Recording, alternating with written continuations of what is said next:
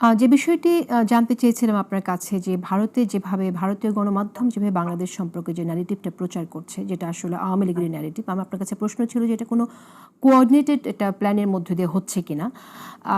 যদি আপনার মনে হয় এ বিষয়ে আপনার কাছে যদি যদি কোনো তথ্য থাকে বা যদি আপনি কিছু বলতে চান এটা বলবেন, এবং পাশাপাশি আরেকটি বিষয় আমি আপনার কাছে জানতে চাই যে ভারতীয় এই অপপ্রচারের বিরুদ্ধে বাংলাদেশের গণমাধ্যমের ভূমিকাকে আপনি কিভাবে দেখছেন?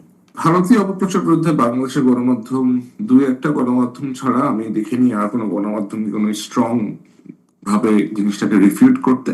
এবং ভারতের যে গণমাধ্যমগুলোর প্রচারণাগুলো চালাচ্ছে তারা আসলে সে দেশের B grade television channel, B grade newspaper এরকম বলেই তারা আসলে আমার মনে হয় বিবেচিত। তাদের প্রথম শ্রেণীর কোনো নিউজ পেপার আপনি দেখবেন না যে তারা দুই একটা হয়তো এরকম করে বলছে।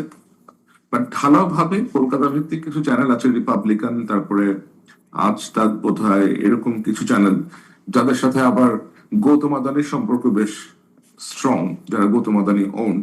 এখন তারা তো বলবে, বিকজ গৌতম আদানির বিশাল বড় ইনভেস্টমেন্ট আছে বাংলাদেশে। এবং তার যদি ইনভেস্টমেন্ট জিওপার্ডাইজ হয়, তার তার স্বার্থে যদি ক্ষতি আসে, তার মালিকানাধীন চ্যানেলগুলো তো এগুলো বলবেই। তো তার মালিকানাধীন চ্যানেলগুলো থেকে এগুলো বেশি করে বলা হচ্ছে। বাট এছাড়াও বিভিন্ন লেভেলে ভারতের যে একটা ভূমিকা আমরা দেখেছি, যে হাসিনার প্রতি তাদের যে একটা প্রীতি, এটা থেকে আসলে তাদেরকে মনে হয় সরে আসা উচিত। কারণ এই হাসিনা প্রীতির কারণেই বাংলাদেশ এবং ভারতের জনগণের মধ্যে, বাংলাদেশ দুই রাষ্ট্রের মধ্যে চরম একটা উত্তেজনা বিরাজ করছে বর্তমানে। বাংলাদেশিদের মনের মধ্যে যে অসন্তোষ দানা বেঁধেছে রাষ্ট্র ভারতের বিরুদ্ধে, এটা কাম্য নয়। এবং ভারতের পক্ষ থেকে ওদেরকে বুঝতে হবে what are the ways out to make peace. The only way right now that I feel is to repatriate Hasina to Bangladesh and let her face the consequences through proper judicial process. আর একটা হচ্ছে coordinated কোন effort আছে কিনা। আপনি দেখেন বাংলাদেশের বাংলাদেশে 2024-এর 5ই August Sheikh Hasina পদচ্যুত হওয়ার পরে যদি আওয়ামী লীগের পরে কারো সব থেকে বেশি ক্ষতি হয়ে থাকে, সেটা হচ্ছে রাষ্ট্র ভারতের। কারণ ভারত তার সবগুলো ডিমে একই ঝুলির মধ্যে রেখেছিল, এবং ওই ঝুলিটা ছিল আওয়ামী লীগের ঝুলি।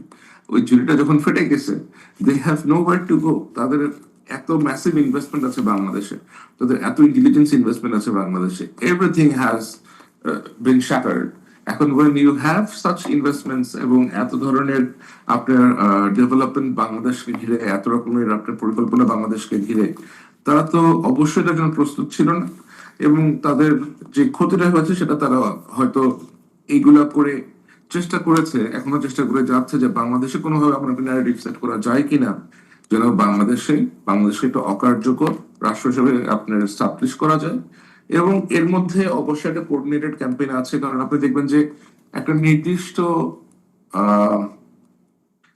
এলাকা থেকে, এটা কিন্তু আপনার আমাদের দেশে একটা কমন ফেনোমেনা হচ্ছে, দাড়ি টুপিওয়ালা লোক দেখলে লোকজন মনে করে এটা হয়তো জামাত শিবিরের কর্মী। বাট জামাত শিবির মানে আপনার দাড়ি টুপিওয়ালা লোক না। বাংলাদেশে তো অনেকগুলা ফ্র্যাকশন আছে যারা আপনার দাড়ি টুপি পরে থাকেন, সাধারণ লোকজন আপনার দাড়ি টুপি পরে থাকে। এখন দাড়ি টুপি হলেই যে জামাত শিবিরের ট্যাগ দিয়ে এটা বলবে যে ওই যে দেখো এখানে কি ভ্যান্ডালাইজ করতেছে জামাত শিবিরের লোকজন। হ্যাঁ, দাড়ি টুপি ওয়ালা লোকজন হয়তো যাচ্ছে, but they might have different political ideologies. But ভারতের মিডিয়া এগুলাকে খুব ভালো করে হাইলাইট করছে, এবং যে বিশেষ গোষ্ঠীগুলো এখানে যাচ্ছে, এরাও আবার আওয়ামী লীগের প্রতি সামহাউ ইনক্লাইন্ড। তো it is altogether very chaotic situation না।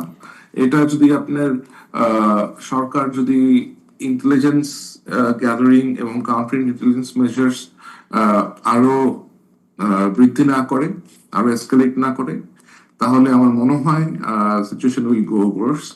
এবং ভারতের সাথে আমাদের যে অবস্থান, আমার মনে হয় ভারতের যে হাই কমিশনার আছে, ভারতের যিনি পররাষ্ট্রমন্ত্রী আছেন, তার সাথে আমাদের যিনি পররাষ্ট্র অ্যাডভাইজার আছেন, যার কর্মকাণ্ডে আমি মোটেও খুশি না, আমি মোটেও স্যাটিসফাইড নেই। এবং যা দেখি আমি, পররাষ্ট্র অ্যাডভাইজার এবং পররাষ্ট্র সচিব, বোথ অফ দেম, যদি ওনাদের কোন রকমের বৌদ্ধতা থেকে থাকে, they should submit their resignation and leave the job and give it to somebody who can do it much better. You should fly to India, go to India, fix your issues with them. তাদের সাথে কথাবার্তা বলেন, find out কিভাবে cooperate করা যায়, and ask them not to do this kind of propagandas through your media channel. Right, এটা তো আপনি